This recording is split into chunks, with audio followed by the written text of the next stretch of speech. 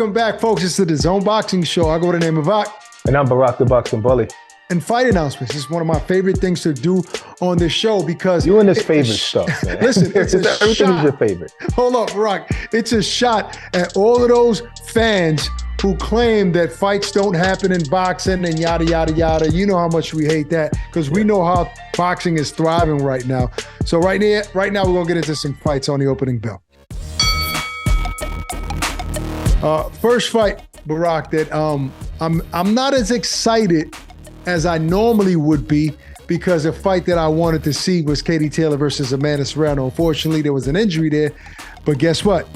This is a great consolation prize in Cameron, Chantel Cameron, undefeated fighter, Barack. I mean, I'm not too mad at that one. I'm just as excited. Of course, the fight that I wanted to see was Serrano versus Katie Taylor because we saw it already. And then that rivalry is just a beautiful thing in the sport. But this is greatness. Literally, this is like Canelo moving up. This is like Lomachenko moving up. You know, a great fighter, a great undefeated fighter who's already a two-division champion is moving up and undisputed, going for undisputed again at a higher weight class. And this higher weight class, yes, is 5 pounds, but think about the girls that Cameron already beat. Marie McGee, we've seen her before. She's a big girl, hands big as mine. You know what I mean? Yeah. And she can fight. She beat Melissa Hernandez badly. You know what I mean? She just beat McCaskill. You know, so she beat a woman that's on the pound for pound list. This woman is great. These are two of the greatest fighters in the world right now, both undefeated, fighting each other. That Serrano fight might not happen. That's how good this fight is. But how about, let's take a moment and give Katie Taylor her flowers. Like, this woman has proven so much in the sport, right? Absolutely. She can tell Eddie, I'm chilling. I'm waiting for the big payday against Amanda in Ireland. I don't want to put my body through any more wear and tear. I'm going to wait for the big one, maybe fight another big one and sail out into the sunset. No, give me whoever else is next. Whoever else is the next best option. I want it on the same date on the 20th. Come on. She's been proving herself, man. She came to freaking New York and fought a Puerto Rican fighter in New York. Like, come on. Yeah, she's been proving herself. Like, she's been that girl, that woman, no, that but she female. Continues to do it. Like she doesn't have to, but continues to do it. 100%. It's insane.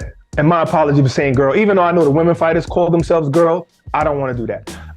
But she's been proving that. I think that this is a great fight. I think this is a big test. Like, this is probably a bigger test than Serrano, not skill-wise, because I think Serrano's just super skillful, but she's a naturally 126-pounder who just punches hard, you know. But Cameron she's a big girl, 8 knockouts, you know. So this is a big test for Katie Taylor, and she could have, and let's give credit to Cameron too, because she could fight anybody as well. And she didn't have to go to Ireland in Katie's hometown to fight her for undisputed. That's very hard. No doubt. Risk all her belts in somebody else's town. I'm excited about that. Now, May 20th isn't the only day where a big fight is going down. That's right. Look, it's unofficial, but kind of official. Devin Haney fighting Lomachenko. This is a fight that they've been working on for quite a while. We've already seen footage of Loma on the internet saying that the fight is happening on May 20th when he was talking to the young Shakur Stevenson. Also, we've seen tons of tweets and Instagram posts. Devin has posts about it. So I guess it's not an official announcement, but it looks like Devin Haney will be fighting Vasily Lomachenko. And they're talking about Vegas. May 20th. Barack, this is a highly anticipated fight. I don't think people understand how big this fight is. Remember, Lomachenko is a guy who for a very long time was considered one of the best fighters in the world, very skilled. I mean, Bob Arum, his promoter, said he's the best fighter that he's ever seen. And then the young Devin Haney, to prove himself, goes all the way to Australia twice and becomes undisputed the first time and defends those titles right back. Has been calling out Lomachenko since the Matchroom days. Eddie has confirmed that with us. So this is not a guy that's waited for Loma to get a little older and show some age and vulnerability like he did against the Ortiz fight. This is a guy that's been wanting this fight for a very long time. Damn, everything you said I was agreeing with until you said Lomachenko showed some age and vulnerability against Ortiz. We can't. And I don't want to take credit from Ortiz though. Yeah, we really don't know. You know how we're really gonna know? We're gonna see Ortiz fight another good fighter, right? And then we're gonna see how good Ortiz is. Now, eye test. But I'm giving you my opinion, Barack. I think he showed some vulnerability. No, that's what I'm saying. I'm just saying, and I'm giving you mine. I think we don't know. We don't know for sure if that was age or wear and tear, because just before that, he had 2 good fights against Nakatani, destroyed him, and Comey beat him back. But these guys aren't really good defensive fighters. So a guy that's so skillful offensively like Loma, he's gonna look great against those guys, bro. Well, Nakatani showed that he's a good fighter because of what he did with Teofimo. You know, he lasted that long and he gave him a little bit of trouble. So at least he shouldn't have got beat that badly. And that's the old Loma. I don't see any difference with Loma. I really don't. You know, I just think Jermaine was really that good, and he's young and he was hungry and he's a decent fighter. And we're gonna see him go on to be a good fighter. That's what I think. Now, but I do think that Loma's never really fought anybody like Devin. You know, and that's the thing. Devin is longer, taller, fast, you know, can box tremendously well, smart in there, hardly ever makes mistakes, hardly ever have a lapse of focus, you know, so he's never fought nobody like that. And of course, there is nobody like Loma. Well, listen, Barack, is Loma still that elite? Like, I think Ortiz is a solid fighter. That fight was close. It wasn't a one-sided fight. I mean, going into the last couple of rounds, did Loma win in your eyes? Loma edged it out in my mind. Okay. But that fight, if it had been called a draw, I don't think people would have been would have made a big deal about it. Maybe not, but that's the thing. How do we know Ortiz is just not that good? That's what I'm trying to say. He's possibly that good, but look, we've seen him be vulnerable in other fights, right? Yeah. So I just think that when you talk about a guy being that elite, like we talk about Lomachenko, which I do feel he is of that skill level, but is he the same guy? I don't agree with you when you say he's the old Loma. We don't. I say we don't know. I can tell you this. We'll find out. I can tell you this. Nakatani was a threat. Nakatani's big, and he did well against Teofimo. Very little defense. No. What I'm saying is, listen to what I'm saying. He doesn't move his head at all. That's not what I'm saying. Just let me finish. What I'm saying, he was a threat before he fought him on paper. So that might have made Loma train ridiculously hard. Comey, we know he got power, former champion, IBF, made him train ridiculously hard. Maybe Jermaine Ortiz, maybe he caught him at a time where he wasn't 100% back yet. I don't buy that. Maybe I don't know. That happens. Loma doesn't strike me. Loma doesn't strike me as the guy that's going to take some guys lightly and take some training camps lightly. I'm going to come a little less to the gym. I doubt it. This guy comes from that school, man. But coming back after a war, like I mean, look, that's more of a reason. I mean, I wouldn't even say the Comey fight was a war. I think that was a one-sided fight, to be honest. I think Comey landed a couple shots here and there. No, he destroyed Comey. I was talking about the war in Ukraine. You know what I'm saying? You're talking about that war. Yeah, that's a different story. I'm talking about the war in Ukraine. To be honest with you, I think that he would even come back even stronger than that, and just with more of a chip on the shoulder with what he's gone through. So I wouldn't say the war affected him. But then again, I don't know. Maybe there was some personal issues during that time because of what he look, this is a brave man. He put boxing on hold and put his country first. So you could have a point there. Right. Nevertheless, inside the ring, I didn't see old Loma, but maybe there were some circumstances that caused that. That's true. We didn't see the Loma that looked like super dominant in every single fight, you know, but also I know that he's going to be giving his all because he's fighting one of the best fighters of today, you know, and a bigger fighter, maybe even a faster fighter. You know, Loma's pretty fast, but he's much faster. Devin Haney's faster, he's longer, he's sharp. You know, he's a really, really good fighter. So I know Loma's going to come prepared. It's just going to be a tough uphill battle. And you know what I'm surprised about? Because if Devin Haney would have got this fight with Loma like he wanted years ago when he was 21 years old, mind you, Devin Haney's still the youngest champ, just about, you know, then everybody would have said Loma's going to win that fight, correct? Right. Now, on my social media, I think it's like 90 to 10% in favor of Devin Haney beating Lomachenko. That says a lot, and it might be because everybody's agreeing with you that Loma slowed down a little. Well, Barack, look, I definitely want to be there front center for Devin Haney, Lomachenko. Let's move on. Undisputed heavyweight crown could be up for grabs if Usyk and Tyson Fury decide to make this fight happen. Look, terms reportedly agreed on, or we don't know how true is that.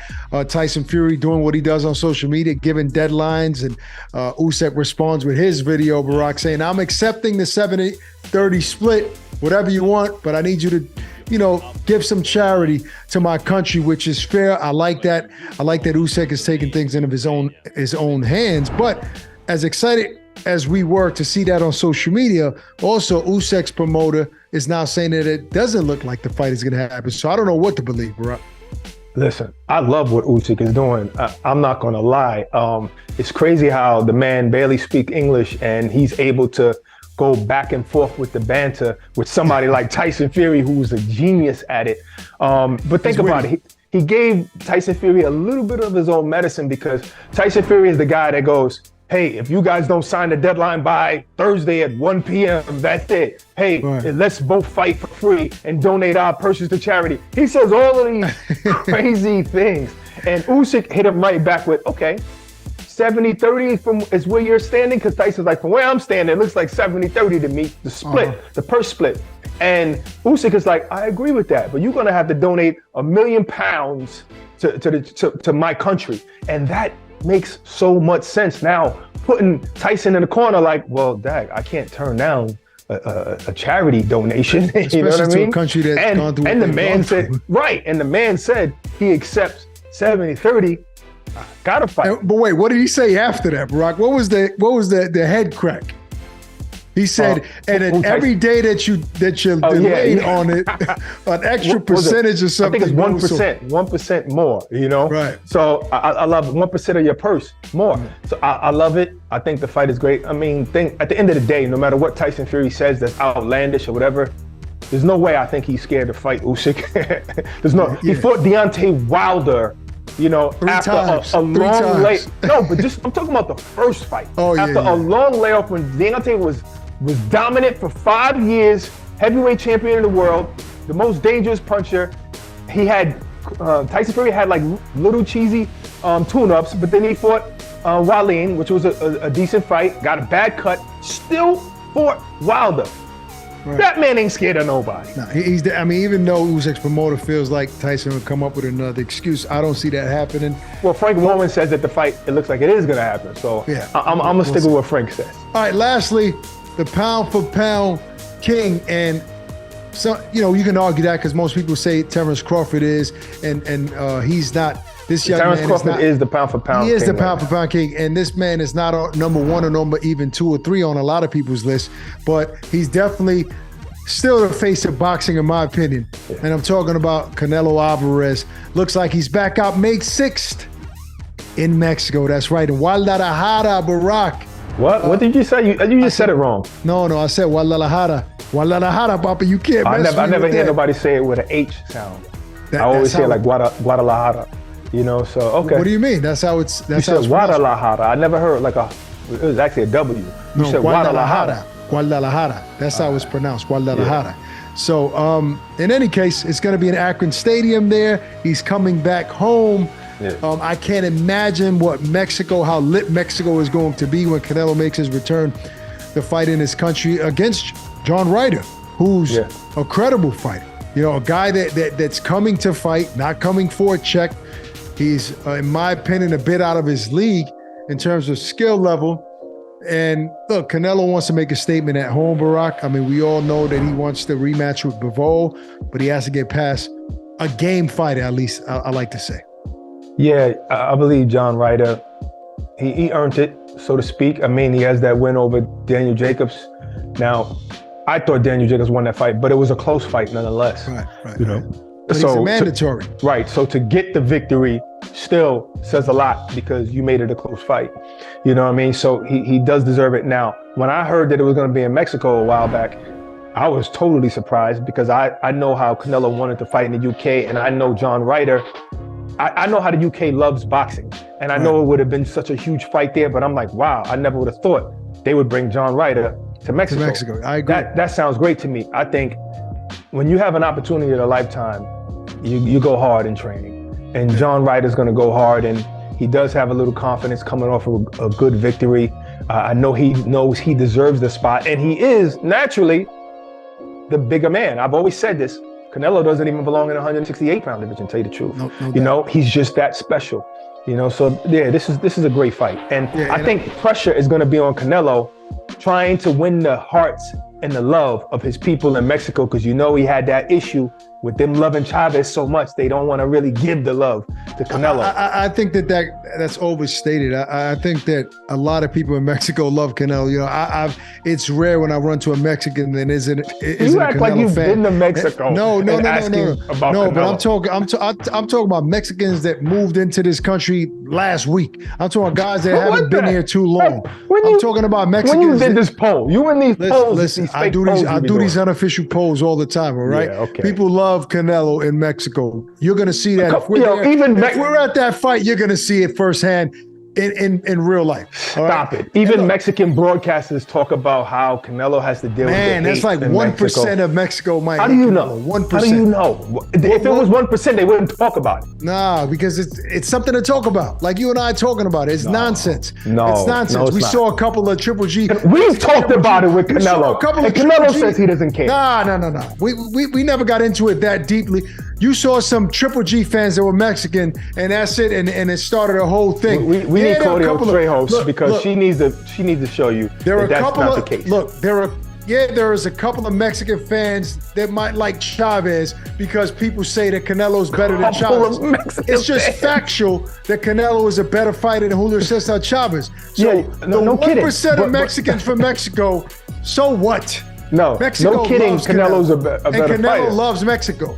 Stop it, all right? bro. Canelo loves Mexico. Stop and Mexico it. When we go to this is an emotional rant right now. When we're there in Mexico for this John Ryder fight, you'll see how insanely Canelo is loved. No kidding. You got to understand something. He's fighting John Ryder. You know what I'm saying? A white guy from the UK. Of course. We got to choose between Canelo and John Ryder. The Mexican people are going to love Canelo that night. If Canelo was fighting Julio Cesar Chavez Jr., same difference. If Canelo was fighting David Benavidez, if he was fighting Benavidez, same difference. I don't know about the Chavez Canelo's Jr. a warrior, bro. I don't know about that because Chavez Sr. will be in his corner if that was the case in Mexico. And there's no way they're going to be screaming for Canelo with Chavez Sr. standing right there. Chavez Sr. loves Canelo more than he loves Chavez Jr., all right? Oh, that was evil. That was evil. We all saw signs of that, all right? But nevertheless, look, it's going to happen. Canelo has bigger fish to fry. Too much in front of this fight. I don't see Ryder standing a chance against Canelo, but I think it'll be an entertaining fight as long as it lasts, all right? You just gave your prediction. So when we're in Mexico, I don't want to hear your prediction. That's our show for today. Hope you guys enjoyed. Peace and love. Stay safe. We're done. Out of here. Introducing the new DAZN Boxing Show podcast. No matter the time or the place, getting your boxing content has become easier than ever. Tune in as we give you exclusive insights, predictions, fight night recaps, and more alongside the biggest names in the game. All for free. Available globally every Thursday across all audio streaming platforms and with new episodes dropping weekly to give you the latest news. Just type in the DAZN Boxing Show podcast, listen in, and enjoy.